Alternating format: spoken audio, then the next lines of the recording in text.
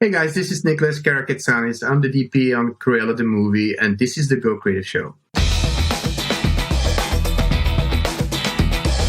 Hello and welcome to the Go Creative Show, a podcast for filmmakers. My name is Ben Consoli, and today we speak with Nicolas Karakatsanis, Director of Photography for Cruella. Nicolas, thank you so much for joining us. You're welcome. I'm happy to be there. Now, there is so much to talk about with Cruella. I just finished it this morning. I absolutely loved it, and I cannot wait to dive into all the things. Plus, we give it a ton of audience questions, too, so people are excited to hear from you. But before we get there, I just want to mention our sponsor, MZ, Education for Creatives. Find out more at gocreativeshow.com/MZ. And follow us on your favorite podcast app. Search Go Creative Show, hit subscribe, and you will never miss an episode. In addition, we've got Twitter, Instagram, Facebook, and YouTube. All things Go Creative Show at gocreativeshow.com. So, Nicolas, what a fun movie to be part of. First of all, I loved your work on TONYA. That movie was so great. And for anybody that hasn't seen that, you absolutely need to see that as well. You've got a great catalog of films, and Cruella, my God, just so good. What a great project to be part of. You must be so pleased. Well, I am. I'm very pleased that I was allowed to be part of this team and again, team up with Craig Gillespie, who was the man behind TONYA, which I thought was a great experience. Not easy to shoot, but I loved it from start to the end. And the film obviously was something I love too. And Cruella was the second volume or chapter in that cooperation. It's so second chapter in that collaboration, but are there any similarities? Did you pull any lessons you learned or kind of cinematography techniques that you learned on TONYA? Did you bring any of that into Cruella? I mean, yes, obviously, Craig and I got to learn each other on the set of TONYA because we didn't work together before. That was the very first thing we did. And by how things went, we never got to work after TONYA and before Cruella started. So it is something. Craig is a very super well prepared, super visual. He really, really, really knows and understands his script and the film. And he really cares the most, I would say, about the storytelling and the characters. Everything spitballs from that core thing, like the script and the characters. And so Cruella was, again, I thought, a very strong script. Was super well written by, let's say, the end writing of Tony McNamara was brilliant, I thought. And so that energy of TONYA was still there in Cruella. And I think what we tried to bring in, because obviously there was some kind of TONYA vibes in Cruella, also in the script writing. I think we really want to have that high pace, high energy, obviously a lot of music. Craig loves to work with music, which often has already been chosen up front, and sometimes it changes afterwards. But yeah, it's the high energy connected to a strong storytelling, I would say, and a very strong character-driven visual narrative. Yeah, I think the energy in Cruella is definitely noticeable right from the very, very beginning. You know right away you are going on a ride. I want to talk about that sense of energy and what you are doing in the cinematography to give it that feeling of constantly moving, so much energy. Talk to me about how you are achieving this energetic feel. I would say it's a combination. I mean, the script is fast. That's where it starts. The lines of the characters are fast. It's like almost like a ping pong game of spitballing lines. And so it's already in the script. It's in the line. So that allows us to, or Craig, to cut fast also without it feeling like it's uberly cut or it's like too many cuts. It doesn't feel like it because the lines of the characters are already written like that. So that helps us. Yeah. That's one thing. And then to help the energy, there's a lot of forward pushes with the camera. There's a lot of Steadicam work, and it always adds to emphasize moments, energy, beats, whatever is that scene at that moment. The music helps. So all these things, all these layers of editing, music, camera moves, everything is there. So it's not one specific thing. It's really a layered dynamic, I would say. And it's something Craig is so well prepared and knows so well what he wants that also you have to know he likes to edit on set. So every take, we're shooting one setup and then we'll go to the next one, and these two setups will be already edited together. So he knows already the pace of the sequence. So the more we shoot, the more he edits it on set live, and maybe already with music if we have something already, and it really helps to on the set finalize already the rhythm of the scene, and also the actors can see what's happening, and it's a very everything is within energy, and everyone knows or is allowed. I mean, Craig is something I like that. He likes to show the key people who needs to know how the scene is evolving while shooting it already, so everyone understands what's happening, and there's no chaos in that sense, I would say. So it's very Craig is a very let's say technical shooter in that sense. Well, how do you mean no chaos? Are you saying that there's potential for chaos when you have so much action? Well, but that's the thing. It's double-edged in the sense like Craig likes to shoot very fast because he wants to be. He prefers not to. He likes to keep the energy on the set. So there's no dozing off or whatever. So there's no slow moment on his sets. We're really shooting fast, but never compromising. It's interesting to know maybe that Craig and I, because I love it too, and we really connect in that sense, we love to shoot single camera. So although we do have multiple cameras waiting in the back room on the crane, dolly, Steadicam, whatever you want, on actors, we'll always shoot one camera at a time. Never two cameras shooting long lens, wide lens, or whatever it is. Because what do you like about that? Because the performance gets much better. The performance is way more focused. An actor knows which lens it is and how he has to direct his focus on the other actor. It's not like try to cheat a bit more wide open or cheat it closer to the lens or whatever. It's often with multiple cameras, you will have to cheat something. There's always one camera that's just not really where it should be.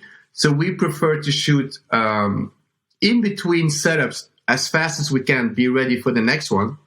So we win time to actually shoot a 40mm and a 29 or whatever. So if we have a couple of sizes within the same angle, we will do it separately. We will shoot one lens, do 7-8 takes or whatever it takes, and go to the next one, do 7 or 8 takes, and go to the next lens. And it's much better for the actor because the performance is way more focused, and it's less about we're just catching bits and pieces. It's really about give us the best performance you can, and I really, really appreciate that. Are you finding that actors like having that focus, like having to do the performance over and over again, maybe sort of honing it a bit? Are you finding that they enjoy that? Well, I'll speak with the experience that I have working with Craig, because obviously, depending on directors, if you go too many takes or very complex sequence, maybe it can be annoying or it can be dragging for an actor. But for Craig, it's more about, and that's how I feel about it. It's about finding or giving the actor space to play the role, to improvise, to ad-lib if necessary. Craig really loves to in a couple of takes, achieve what he wants with the actor. And if we have time, he will always give 1 or 2 tries to the actor, like, what do you think you would like to do different or whatever. So it's really, I think for actors, there's a lot of I'm not saying freedom, but he wants them to be really connected to the film and to give him ideas, or he will give them ideas. And it's a really nice synergy between the two, I would say. Now, that's great for the actors to have that ability to play. And I imagine, I mean, I'm certainly not an actor, but I imagine that it's nice to, get to the point where you've given the director what you wanted, but then you have the opportunity to try new things and play around and give your interpretation of this scene and this character. Does the same hold true for you filming this, shooting this? Are you feeling like, no? Okay. So talk to me about that. So do you have that same level of freedom, let's call it, to play around a little bit? How does it work for you? Well, I think it's up to me and my crew, being the gaffer, the grips, the focus puller. I must say they have to be high level in the sense that they have to give me and Craig the fastest setup time that we can. It's almost like Formula One changing a tire. Like when we're changing a setup from a shot, not like to a close-up, but like a reverse or reversing the angle. I take pride in going not as fast as I can. I'll go as fast as I can, protecting the quality of the lighting, not jeopardizing anything. And if I feel like towards Craig, this is going too fast, give me 5 minutes more or whatever, I'll tell him that and he'll respect it. So that's great. But Craig is a hungry director in that sense. But I think it's good and it pushes me because I knew that already from iTonya. I had to discover it on iTonya. I think the very first shooting day of iTonya with kids and eyes and shooting 35 and on all that stuff, we did like 45 setups or something. It was like insane. And we had a very small crew and a small budget. But to be honest... Wait, on the first day, you're saying? You did 45 setups? Was completely insane. How is that possible? And again, single lens, not like 5 cameras shooting at the same time. Because we like to... I mean, Craig is also he's laser sharp in the sense like he knows what he needs and he's not going to stay on the setup if he says, okay, we have it, we'll move on. But he'll move on when he has it. If it's not good yet, we'll go again. It's not like because it's weird. I've never shot TV and I don't want to shoot television. Why? In the idea that it's just shooting fast, cheap, and making content. I don't want to be, even if it's not the case, not always the case, I don't want to feel it on the set that that's the case, actually. So with Craig shooting fast, I really feel he wants to shoot fast because he wants to make the film rich and layered and not just free content or whatever. And so that was iTonya. It was fast and all that stuff, but fun and it's hard and you have to work hard and it's a thing as a crew you have to be able to carry it. But on Disney film, I actually asked him, it's funny, like 1 month within the prep, which was like 3 months and a half of prep, I asked him, like, how do you see us shooting this? Are we going to go, let's say, iTonya style, where it was really a heavy pace or high pace shooting, or will I have a bit more time to light it? Because it's way bigger sets and it's way more people and crowds and all that stuff. It's a much more complicated setup. And he said to me, like, no, you'll have your time, which meant like you'll have 30 seconds more to do your work. But to be honest, I enjoy it. I think it's fun, but it's tough, and it's not. And I'm honest about it. It's not easy for the crew because in the end, I had to request to my crew members to be as good as they can be in their profession, and focusing has to be spot on from every take, more or less, because we're not gonna sit forever shooting this thing. And I like to shoot wide open. So there's not a lot of leeway there. But I must say, we shot in England at Shepperton with amazing crew, which everyone is so highly skilled that, to be honest, it wasn't an easy shoot, but I thought we might manage very well, and it was a good thing. But again, I only do this because I feel it gives Craig and the actors more time to play and to discover the scene and the acting, although Craig is very already focused on what he wants, but will still give us as much as possible time to maybe discover other stuff. Well, you seem like you really thrive and excel under pressure. You seem like you both of you and Craig sort of like this pace and this momentum. And with a movie like Cruella, I mean, it's so much bigger than I, Tonya, so much more complicated than I, Tonya, like you've mentioned, we can see as just viewers. Was there a particular scene that really pushed you guys to the limits, that was really the most challenging for whatever reason? What do you think?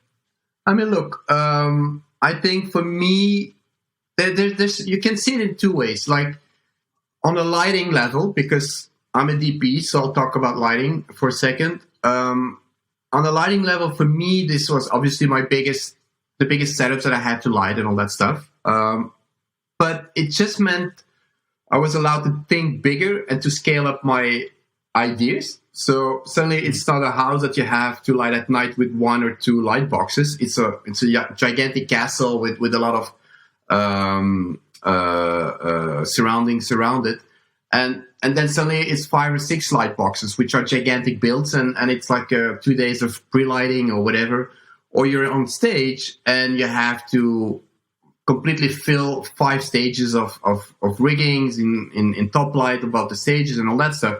But to be honest, these things were not really complicated because I knew I had really good crew and my gaffer, Chuck Finch, who was like at that time 73, 74, amazing gaffer with like 30, maybe 40, 45 years of experience. So whatever I was thinking, how crazy or stupid or big it was, I knew Chuck would always handle because he's seen anything anyway. So there was not 1 second of fear or doubt that my crew could handle this. I almost felt like I was in Chuck's crew because he has so much more knowledge than me, and I loved it. That's cool. But the challenges for me, and I guess maybe for Craig also, although Craig did do the bigger Disney films already, and I was more the rookie in that sense. Those big ballroom sequences where a lot of things are happening in parallel montages, like something is happening in a basement, and then it's in the back rooms, and it's outside, and it's in a security guard room, and it's in the main ballroom. There's a lot of things happening at the same time. And that's, I think, storytelling-wise, for me and for Craig, where the things were more complex. Like, how do you keep that pace going and the storytelling is still going and what you're seeing makes sense and it's not just random stuff that doesn't actually make sense or doesn't matter.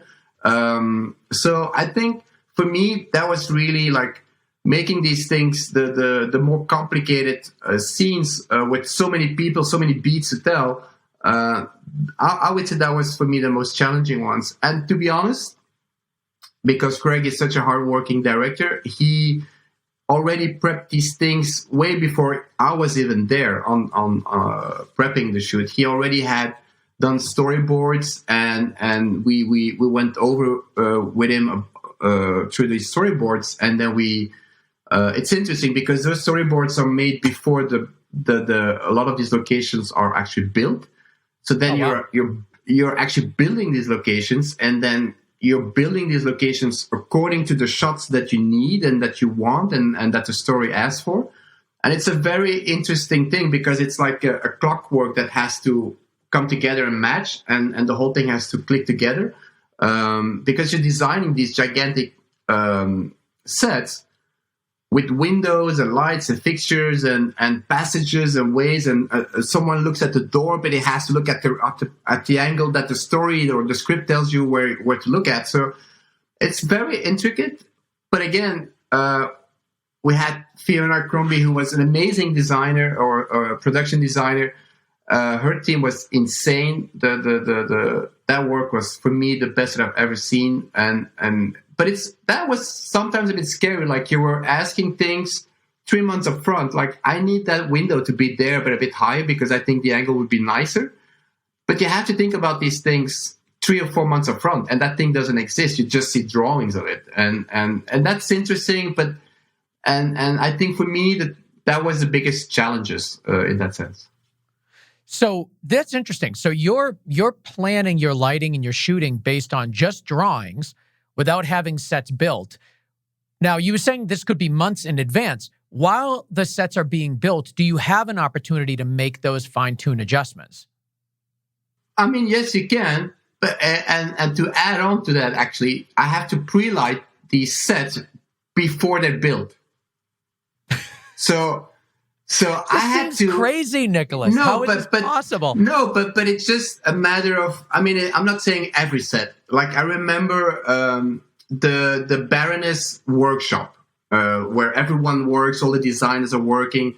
It's like it was. That is my favorite set, by the way. Well, thank you. We had to build it twice. We had to build it twice. Why?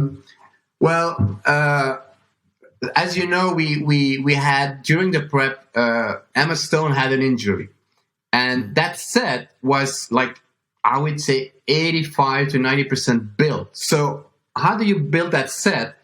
It's like all walls. And it's like a courtyard, like an exterior courtyard, except that there's a glass ceiling on top of it. And that glass ceiling, because such a big, massive piece, has to be held by actual real iron pillars.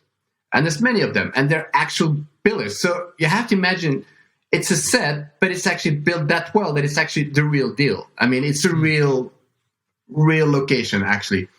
But because it's all glass, we could not build the set and then have lights raised to the ceiling. So we had to raise the light before we could start to build the set. So these lights, so that lighting has to be done up front. Then they built and finished the set. And then we heard that Emma Stone had an injury, which we had to push the shoot for like 4 weeks or something. I can't remember precisely. But because of there's a shortage of studio space, film studio space in London, because there's so much shooting going on. Did you have to tear it down for another project? Oh my God, that's heartbreaking. What happened is, because of the push, the set was, it was almost finished. Not all the details, but like the big builds were finished, and for big part also pre-lit, we had to push, and we lost the stage because of it. So we had to tear it down, move it to another studio, and rebuild and relight and the whole thing. Look, it happens. I know it was so heartbreaking. I mean, for me, to be honest, it's fine, but especially to the set builders who did, again, such an amazing job, and then they have to rebuild the whole thing. It's What I loved about that set in particular is that because it was the glass ceiling and essentially a courtyard that just was inside, you had the ability to do all types of times of day. So you got to play in that room at all different times of day. You lit it in a variety of ways. You kind of had like the workday lighting where everybody's in there hustling, bustling. You had that kind of night, more intimate lighting. You also had a fashion show there too. So there was so much going on there, and it was such a versatile set that felt fresh and different every time we went into it. I just loved it. Thank you. And that must have been such a great, just like canvas to kind of light.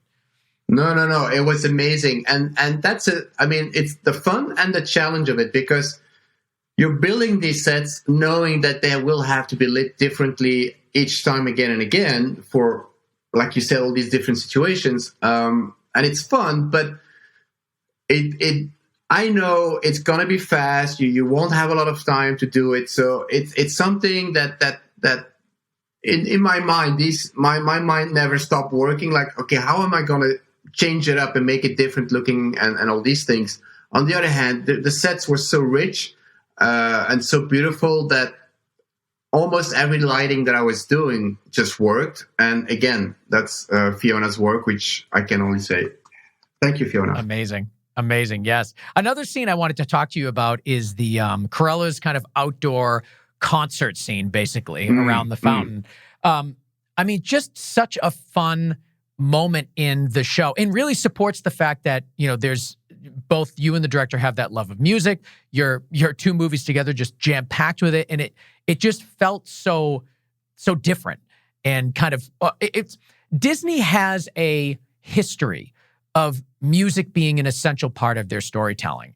And I think you guys did such a unique job of using it here. And that concert scene is one of what I think the best uses because it's live. It's not just a soundtrack. You're actually using it. And it was just a great way to show the differences between the type of, party/fashion show that that one character has and then the type that this new Cruella fashion designer has. And it was a great way to show the differences between the characters. But it also felt a little bit evil, a little bit mean. It was dark. It was scary. It had all those elements. Talk to me about lighting and shooting that scene. Well, actually, it's interesting. I mean, in general, I'll quickly talk about how we try to differentiate the Cruella's character and the Baroness, which is her nemesis in this story. So Cruella's world is like shabby London 70s, the punk scene. And it's all about makeshift stuff and rehashing stuff and not having any money and all these things. So, and the Baroness is more like super lush, expensive, luxurious, all these things, big palaces, big castles, big rooms. Everything is big. It's monumental. It's very, very high end. So for me, visually to differentiate it, I'm not a big fan to differentiate it with colors. So what I want to do was shoot all of Cruella's world on 35. So we shot everything digitally. That's for one thing.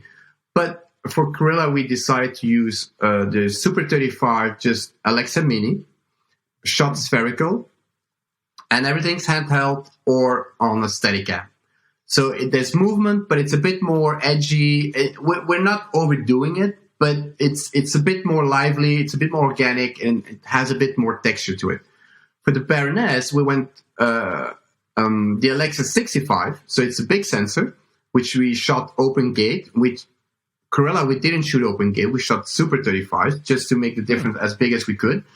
And we shot everything crane, dolly, or Steadicam following stuff. So, and because 65 gives me that depth of field or the viewing angle, which is I can go on a 35mm, which is a very wide lens for a 65, and my everything, all the architecture will stay straight, will be very serene, very sturdy. And I want to give the Baroness a very heavy, sturdy, there's no fun. Everything is just meticulous. Everything is just as it should be. There's no surprise. And so in that sense, that's how we want to differentiate the looks of the two. And again, it's not like overly present. I'm not going to say it's like the obvious thing that's happening. But if you look at it again, you will see that that's how these two worlds are disconnected. And to come back to the concert, I think there you really see it, because obviously the lighting, because it starts first with the Baroness fashion show and it evolves into Cruella's fashion show, which is completely the opposite. The Baroness is very like nicely lit and everyone's with chairs around it. And then, so it's a very classic way of how fashion shows used to be done. And then we cut to the Cruella's fashion show, which is all RGB, tungsten based lights, and there's a lot of colors. So I only use the colors that were used back then. There's no purples, there's no electric blues, there's nothing digital or LED-like lighting. And so for that setup, everything was shot handheld, obviously, because it's her world. And then for that sequence, because there was so much going on, and it's less about acting but more about energy and a crazy. So we had, I think, 2 more operators that night who were catching bits and pieces, and I was the one who was on the runway doing everything with Emma Stone. And the energy is raw, and we did rehearse all the dance moves up front on the stage, where we tried some camera moves just with an iPhone, just finding angles that we liked. Of course, it's just in a black box. There's nothing else to see, so you have to imagine what it's going to be on stage, because it's all put more high and all these things. So there's the water fountain and there's the discovery and all these things. And then so on that stage with all these par lights, because that wouldn't be enough to really light the scene, I had a big light box with actually LED light, but all programmed so it would only be solid colors like RGB, more or less. And that box would do the whole runway, which Chuck Finch did again an amazing job. And then we had some Wendy lights, backlighting, and all these things. But again, these setups, because I like to give Craig the possibility to shoot 360 and not say, we're only shooting this angle, and if we do the reverse, I have to relight the whole thing. That's not going to fly. So everything is good to just do 360 degree, more or less, and as much as I can do it. Sometimes some angles are not pretty and not good. Craig has a great eye, and he will be kind to me to not use them. But it's something we that's how we did it. So I don't know if that answers your question. It does. And I didn't notice the change from 35 to 65 between the Baroness and Cruella. Now I'm curious. Did you use 35 throughout the entire storyline for Estella into Cruella as well? Or was it just Cruella? No, we use it also for Estella, because for me it's the same world and it's the same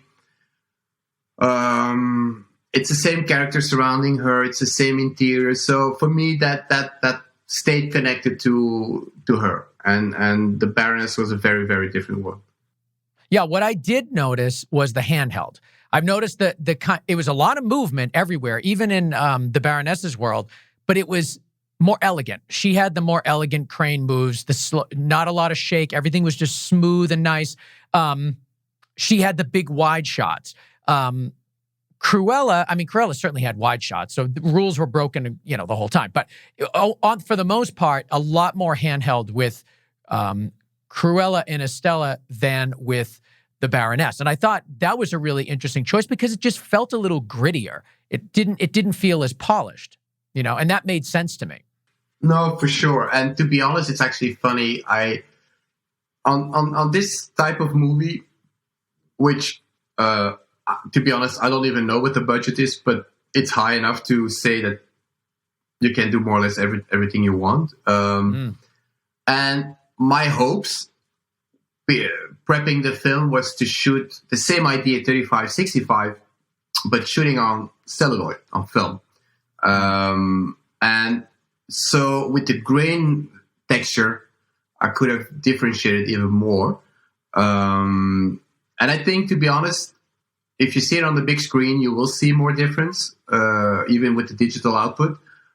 But now it's a bit more, if you see it on, let's say, Disney Plus or whatever, like on a streaming platform, that difference will be, in that sense, smaller. But anyway, the discussions that because we did shoot some tests on film, and it all looked pretty, and for me and Craig, it was obvious that shooting film was better.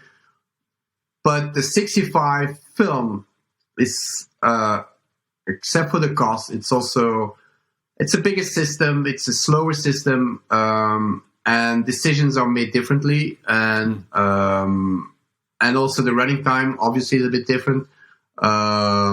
So that's something that we had to let go. I could have chosen to, let's say, shoot the whole thing on 35, but I really kept that idea, the concept of separating the characters with different sensor sizes, make more of an impact storytelling-wise to me. So I let go of the film in still keeping the capturing format different. That was more important to me. Let's take a quick moment and talk about MZ, Education for Creatives. Now, what I love about MZ is I am an MZ Pro member. And basically what that means is you have access to their entire catalog of high-quality, video-based filmmaking education and all sorts of topics that we all want to learn more about: directing, cinematography, post-production, visual storytelling. and more. And what's so great is when you are an MZ Pro member, you kind of treat MZ as almost like a Netflix for education, which is good for me because, yes, you can buy individual courses and that's still a great way to do it. But like, if you're anything like me, I mean, I want to learn, I certainly want to hone my craft in directing and editing and stuff, but, I'm not a colorist at all, but I want to learn about it, but I don't, I don't need to like go through courses and courses and courses. I just want to kind of dabble in it. And when you're an MZ Pro member and you can just have that flexibility, you can play in all these different fields and learn just a little bit more in all of these skills. And that's what I love most about being an MZ Pro member. So that's why I recommend it to you. And you can learn more at gocreativeshow.com/MZ. But don't forget, when you are at checkout, use coupon code GCS20 and you will get 20% off your purchase, GCS20. Now, the courses are really interesting, and that's certainly one thing, but the teachers are just so good on MZ, and the quality of the training courses is just really high end. You've got Vincent LaFerre on there, Shane Hurlbut, Philip Bloom. We actually had Philip Bloom on the show to talk about one of his courses. Tom Cross, the editor of La La Land and Whiplash, does a course there. So it's like we're talking about people that are working at high levels, really working in the industry and teaching you their craft. So I just absolutely love it. So you guys should check it out for yourself at gocreativeshow.com/MZ, MZED, MZ, education for creatives. I was just talking to Polly Morgan, the director of photography for Quiet Place 2 a couple days ago, and they shot that on film. And she was telling me that it would take like days to get dailies back just because of where they shot. They had to ship it out to their place to get the days back. I'm thinking like, oh my God, I would be so nervous about not having instantaneous, real dailies that I could base my, decisions on for the next day. So I think, certainly I can understand the appeal of shooting on film, but it seems like digital is just so much easier, especially for the type of workflow that you guys have. I know, but to be honest, easy on set doesn't mean better on a big screen. Easy and convenient, I get it. I will always defend shooting film. I shot a feature film just after TONYA. We shot it in Senegal in Africa. We almost had to wait a week and a half for the rushes every day. So it was crazy. But let's be honest. I'm lucky. I started still shooting film, 35, 16, whatever. So that's where I come from. And yes, film can have its trouble. That's obviously the case, or can be the case. On the other hand, I think we're all professional enough and good in our jobs that I don't think we will really do big mistakes unless maybe X-rays, shipping, or the labs, something goes wrong. It happens. It's unfortunate. But to be honest, it's not the reason why not to shoot on film. The reasons to shoot on film is what happens on the big screen, what you see afterwards. And I think I love film for close-ups, medium shots, everything that's with actors, with them. I think that's where the gold is for film. The colors I obviously love. And it's weird because technically colors have limitations on film compared to digital. But for some reason, and I think that's one of the flaws to me of digital cameras, we're way too much concentrating on the resolution, while I think the gold in digital cameras is the higher bit rate, the color compression.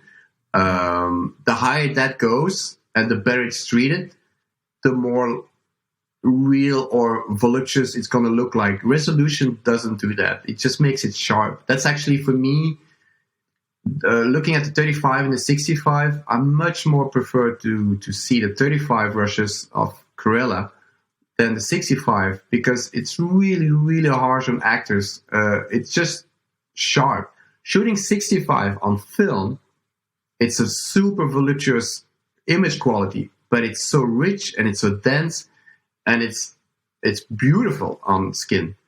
But digital just adds more sharpness and more and more. It's shooting 65 digital and 65 film.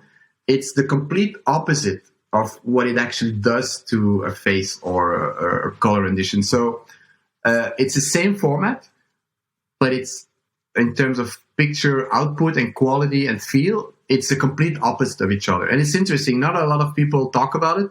I own a 65 film camera, so I've shot a bit on 65. I'm not saying a full feature film, but it's the best format ever. It is the most luscious format ever. But shooting on film on set, I mean, it's the oldest discussion where we've been doing the last 10, 15 years, I guess. For me, I will always defend film because the colors are more, you can actually make colors more rich and more popping on film without being like a digital 3D print or 3D looking like image. So I would almost say, like, let's say comedies, like normal, nice, cool, whatever, comedies, I would say don't shoot them on digital, shoot them on film, because comedies always have that bright picture with lots of colors and whatever, and it's a bit more flat light because that's what it is in general. I'm not saying everything, obviously, sure. But I think shooting on film will make this film look ageless and will be good forever. And shooting them on digital with a Sony camera or whatever, like a digital looking camera. I'm not dissing Sony, by the way. I'm just saying something. I don't think this thing will survive well in 5 years from now already. And I think if my thing with digital, I love actually the smaller format because it doesn't give me that super high res quality, because it's not what we want actually. I don't think it enhances humanity and characters. I do think film and smaller sensors and not so high res creates a separate version of the reality that we know, because film should not be reality. Film should be a storytelling device, and it's a different medium. We're not shooting a interview for a news outlet or whatever. It shouldn't look like the real deal. It shouldn't look like this happened today. That's not what film is. I don't think so. A cinematic universe is a universe. It's a different universe. It's not our daily reality. There you go. Well, also, this is Cruella is a period piece, so you are representing, the 60s and 70s. So I can see a natural instinct to want to shoot film. Can I actually add one more element to the photography? Please do. Because one of the last elements that we did, so Tom Poole at Company 3 did the color grading, and he's an amazing guy. He's everything that he does, anyway, it's really good. So I'm a big fan. And so when we start to talk about grading this film, because I wanted to shoot it on film, but it didn't happen. So what I proposed to Craig Gillespie, the director of Cruella and TONYA, we decided to do a shootout of the whole film, which was shot digitally, a shootout to acquisition stock. And I don't know if that... If that makes any sense. So what happened is explain that. What does that mean? So there is a lab, a film lab in Belgium, which for some reason is the only one who does it. And I've been using their technique for like 8-9 years by now, on commercials mainly. And so for some reason, they have their rig set up so that you can actually choose the film stock, but not print film, which is ISO 3 or 5, so there's no texture or whatever. So that's what you normally use to make print film for cinema projection. They're allowing us to use the acquisition stock. Acquisition stock is what you put in a camera on set. So it would be 50 daylight or 100 daylight or 250D or 500D. So these are the basic film stocks that you have from Kodak. And each stock has, they call it speed, so that's 50D or 100D, whatever. And it means that 50D is a film. It's slow.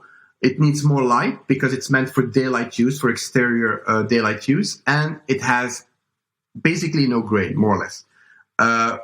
You go to the opposite, that's 500D, and it's made for interior night stuff or whatever. And it's like low light situations.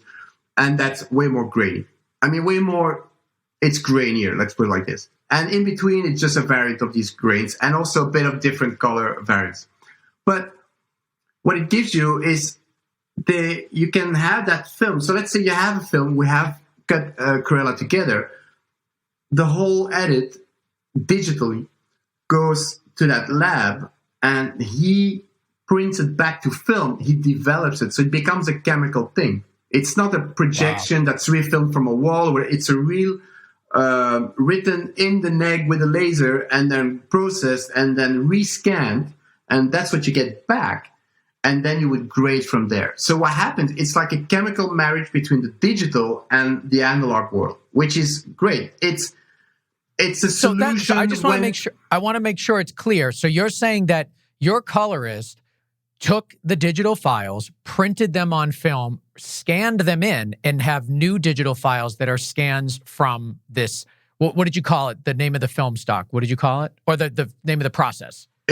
Well, that's the thing. I don't know how acquisition something, right? Well, acquisition stock is what you put in the camera. So, but I see. Okay. There's a name to it. I don't know what the official name. But am I right on the process? That is what it was. That is what it is. But COVID came in, which wasn't a nice situation, as we know. Yeah. And it didn't allow us to actually do it. I mean, we had launched all the tests just before COVID happened. And by the time we got the results back, we were already in COVID, meaning we did all night, day, exteriors, whatever, different characters, because the Baroness was going to have the 50D stock, Cruella was going to have the 500T stock, all these things, just to have more grain. And so we had all these tests done, and they came back. By the time they came back, the whole world was shut down, more or less. So I couldn't travel to the States. Craig couldn't travel because I live in Brussels, in Belgium. Tom Poole operates from New York, and Craig Gillespie is LA-based. So we couldn't travel, we couldn't see each other, and I could only see these tests on a small screen back home, compressed. It wasn't a very good way to work properly and to make proper decisions, because for a Disney film, it's kind of a big deal to work like that.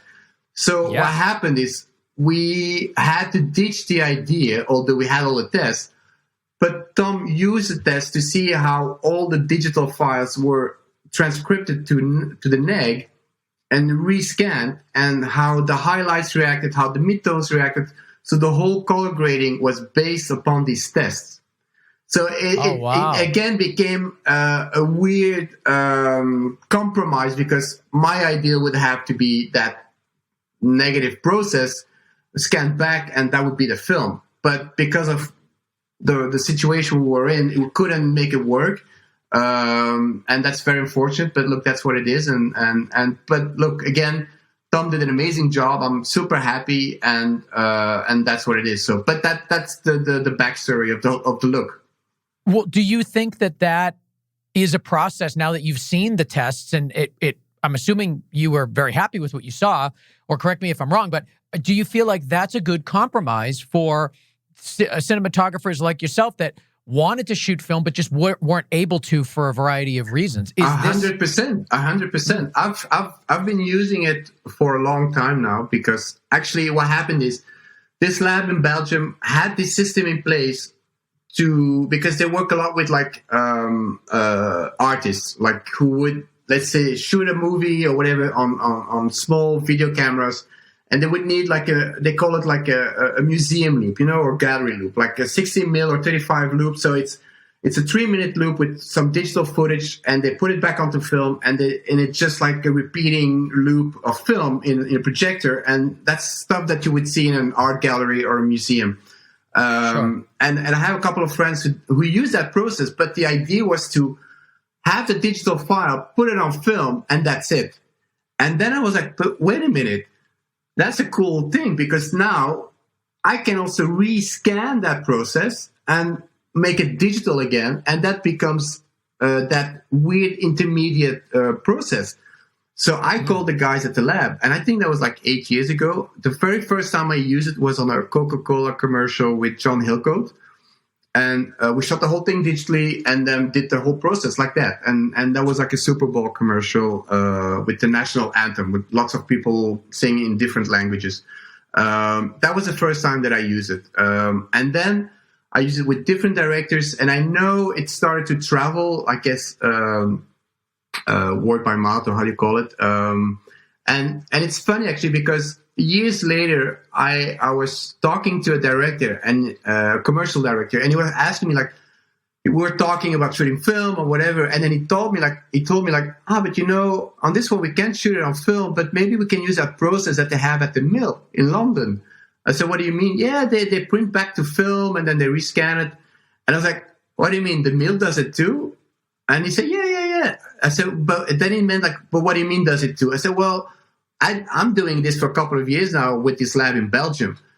And then the post-production guy from the mill said, yeah, but we're sending it to Belgium. So the mill offers it, but it's still the lab in Belgium. So that process became a thing. And actually, you know what? The best version of it that I've seen until now, and there might be others, you remember that short film? It's like a 50-minute film with Childish Gambino, but the actor then, not as a rapper. Yeah. And he did a thing with Rihanna, and it's called Guava Island, I think, or Guava Island. That's like a 50-minute short on, I think you could see it on Amazon Prime.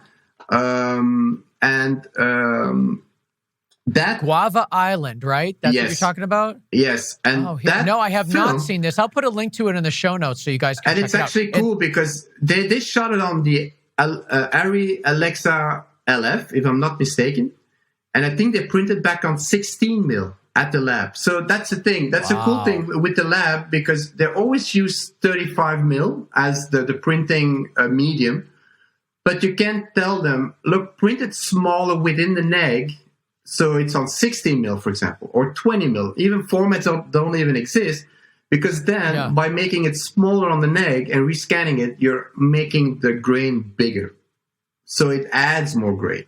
So you can play with all these things. And I mean, look, it is a thing you have to test and try. It's not from the get-go a perfect thing, but it is one of the tools that as a DP or whatever you're doing, you can play with. And I think it's a very cool tool. It's a very small lab, and there you go. So it's a good technique. That is really cool. I love that. And I'll put a link to that Guava. What is it? Oh, we just said it a second. Guava Island. I'll put that link to that in the show notes so you guys can check it out. So just a couple of things I want to talk about before we wrap up. A few minutes ago, you mentioned that shooting digitally results in usually a lot, or not digital, but shooting in high resolutions can result in a really super, super sharp image. You were shooting digitally here. So are you putting any filtration on your lenses? Are you hazing the spaces? What are you doing to get rid of that digital kind of edge to it? I'll be very frank to you. I've never, ever used any filtration in front of my lenses. Really? I hate it. I think it's cheap, and it's a music video technique. So I think if the lens has to be your storyteller, and it's a cheap way or cheap thing to say, but the lens choices and the lens, whatever it is, like old lens, new lens, whatever it is, a zoom, primes, anamorphic, spherical, that's a storytelling tool. It's not just a cool thing to use. I was always a big fan of anamorphics until digital came in, because then it just became a music video item, and it's stupid, but it lost its storytelling value to me. I take pride, and look, it's my vision. I'm not saying that's how it has to be or whatever. I take pride in like TONYA and Cruella, for example, and almost anything that I've shot in the last 10, 12 years have been shot on a 29 spherical and a 40 mil spherical lens. I don't like to use wide angle, like crazy wide angles, or super long lenses. Although I'm a big fan of, let's say, Lanthimos, the favorite, crazy wide angle fisheye lenses or whatever it is. I love the films. I think everything makes it that it's actually a real world that you believe in. It really, really works. But in general, I really like the idea that I'm not in the way of acting. I'm not in the way of storytelling. I'm just one layer of the storytelling. And it's a stupid thing to say. I've said it a couple of times in the past. Complexity is layers of simplicity. So don't add your sauce of lighting, of colors, of crazy lenses, or whatever. You're just hiding the fact that there's nothing to show, there's nothing to tell. Your script, your actors, your production design, your wardrobe, that's the look of the film. Don't make the lens the look of the film, because that's stupid. No one cares about, look at the crazy lenses or filters that I have, because you know what? Who cares? You're just looking at flares. You're not looking at performance. You're not looking at sets. You're not looking at anything. That's my opinion. I'm not saying that's the opinion. It's just how I see things. So in terms of hazing, hazing, it's a different thing. If that's what's needed, I'll do it or whatever. In general, I'm not really a big fan of it. If it has its value or whatever to accentuate specific things, why not? It's one of the tools that we have in the bag. But I try to not make the photography a gimmick, or I try to keep things pretty simple, actually. And I don't think my lens flare should be one of the actors in the set or in the sequence. So there you go. Well, we had a question on Instagram from John Wyman asking, what focal lengths did you use on Cruella? And it sounds like, did you stay true to that system of yours? So what were those again? Yeah. So on a Super 35 sensor, because now you have to speak like that, it would be a 29 mil. At 29, it's because I'm using Leica, and they have the 29. I remember Master Primes, I think, were 27. Then that would be the number that I would be using. And then the 40 mil. So now it's like a 29 and a 40 mil. I never, ever use a 50 mil. It doesn't work for me. Don't ask me why. Just the ratios or whatever. It's too tight. It's too close. A 40 mil for me is what I like, but it's just how my eyes work. I'm not saying I'm not using any other lenses. That's not true, but they will be the workhorses for probably 90% of the film. No, that's interesting. You got a couple and of then other questions here. The equivalent on 65, which in your 65 too. Well, okay, yes. So yeah, let's talk about that then. Because are you changing your lens choices when you're shooting 65? Of course, you have to use the equivalent. So because on Cruella the 65s were the Talias. I'm thinking we had a 55 and a 65 or 75. I can't really remember precisely the number, to be honest, but it's just a bit longer because the equivalent. So. We got a question from Max Wood on Instagram. I just feel like I think Max is just looking for a plug, because his question was, what was it like working with VFX supervisor Max Wood? So here's your plug, Max. Thanks for listening. That's pretty funny. What was it like working with visual effects? I mean, clearly there are some. I mean, the dogs are visual effects at times. You have that kind of fire scene, and then the dress that white cloak that kind of goes up. I mean, I'm sure there are tons of visual effects in this, but it doesn't feel like a visual effects film. You know what I mean? It feels very, very natural. Well, that's really a very big thing that Craig tried to have on that translated in shooting as much as we could on real locations, although we obviously had sets built. But I think, I might be guessing now, I think it's like 50-50 or 60-40, like 60 real locations and 40% set builds, or 50-50, something like that, which, according to the people at Disney, was pretty high number for relocation. So, yeah. So we've had a lot of the DPs from these Disney remakes, and they're telling us that almost everything is set work. So that's cool to hear. We really tried to push as maximum as we could outside to give it a real feel, because you have to remember that story.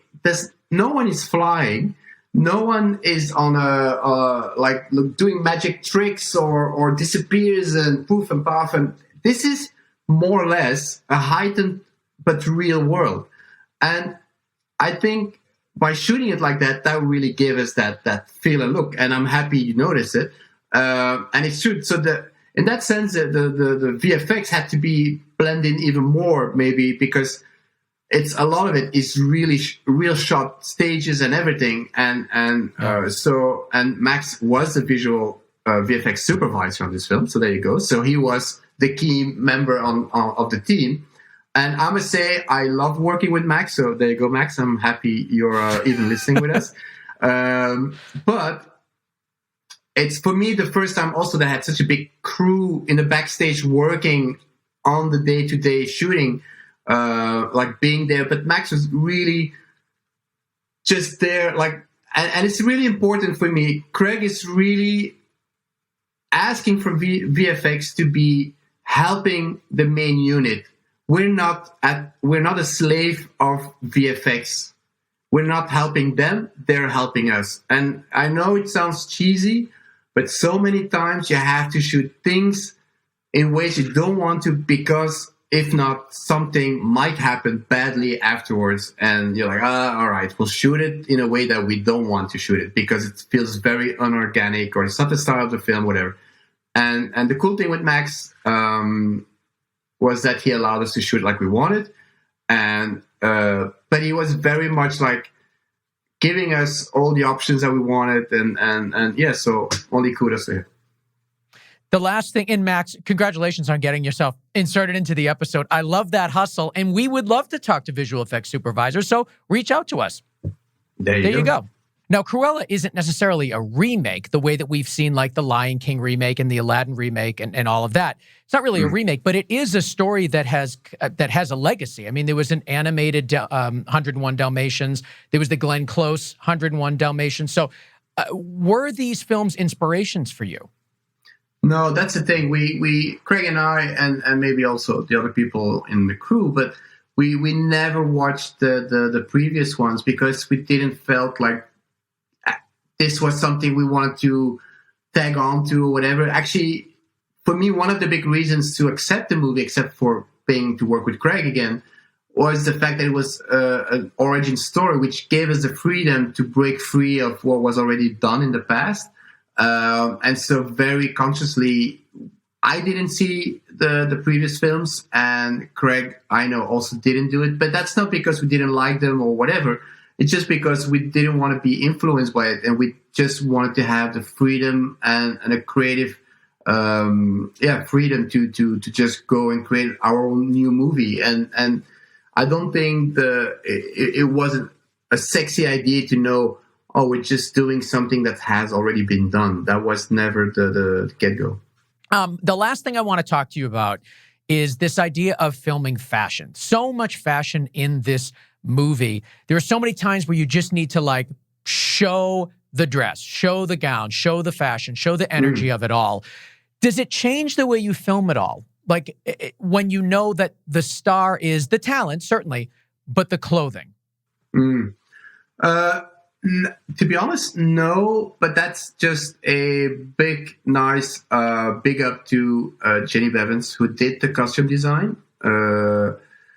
She did crazy, amazing good work in the sense that she didn't have a lot of time to prep all the gazillion outfit that this film has. And it's gazillion outfits in very different directions, because you have got the Baroness world, which has a specific way, and then you have Cruella's world, which is very different. And it was creatively very, very challenging, and there was gazillion meetings about it, how to get it right, and blah, blah, blah. Because I think shooting fashion in general on film is a very different thing than the real fashion out there. Because fashion in the real world is very experimental, crazy, weird shit. Doesn't always photograph really nicely.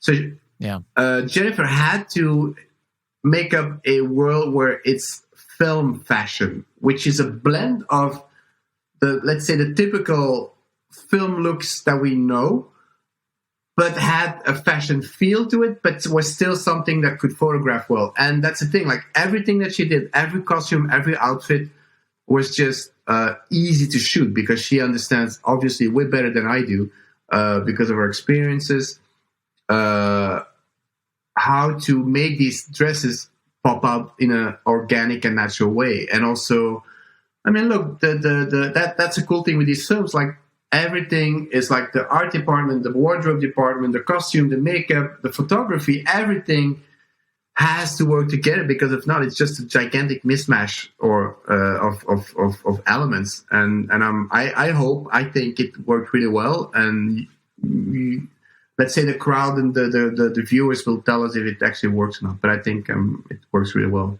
I lied. I know I told you one last question, but I just have one more itty bitty one that I want to talk about. It's your experience working with Emma Stone and Emma Thompson on this film. You had lots of time with them, so much to play with, great actresses for sure. But, this must have been a really good experience for you. And I just have to know what it's like working with them. Well, for me, it was amazing and very easy because they're so professional and I mean, the talent that they have and also like how you think they are in on set or in real, that's how I perceive them. Like, they're super gentle, super fun people to work with, and they're very natural. They don't are someone else in front of the camera, like doing an interview, and then shut that person off, and then they're just someone else. That's not at all the case. No, they're amazing to work, super talented, and to be honest, I really felt, and I really mean it, I really felt working with Emma Stone, Emma Thompson, it's a joy, and it was like a free, more or less, masterclass every day of acting. Honestly, it was cool, and the synergy that they had also with Craig was just, we're having fun, and let's see how we can amp up the game of these characters and the energy between them. And I really think, and I hope that you can see it, that the acting is really, really good. It doesn't feel like a film that they had to do, or it's just a money thing or whatever. I think that they really played a high game, and I'm super happy with it. I think so too. It really was a joy to watch. It's called Cruella. It's in theaters. It's on Disney Plus. It's everywhere. There's no excuse to not see this film, and I strongly suggest you do. And I'm kind of have a feeling that most of you listening and watching right now have seen it and absolutely loved it. So Nicolas Karakatsanis, thank you so much for coming on the Go Creative Show and talking to us about your experiences. It was a pleasure talking to you, and I'd love to have you back. Same for me. Let's see what the next film becomes.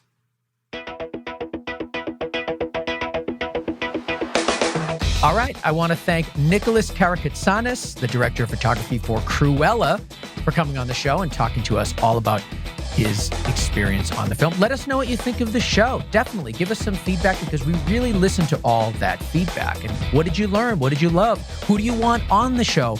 We want to know. So find us on Instagram, Facebook, Twitter, and YouTube. Check out our content, and also just let us know what you think of the show. Send us some feedback. I also want to thank Connor Crosby for producing the show. You can find him at ignitionvisuals.com, and Dave Siegel at SiegelSound.com. Dave Siegel, SiegelSound.com. He mixes and masters and makes the show sound so great. Follow us on social media, Facebook, Instagram, Twitter, and YouTube. And of course, your favorite podcast app. Search Go Creative Show, hit subscribe, and you will never miss an episode. All things Go Creative Show at GoCreativeShow.com. Of course, you can learn more about me and what I'm doing with my company, BC Media Productions. Over at Instagram and Twitter, find me at Ben Consoli, at BenConsoli. Thank you for joining us today, and we will see you next week on another episode of Go Creative Show, a podcast for filmmakers.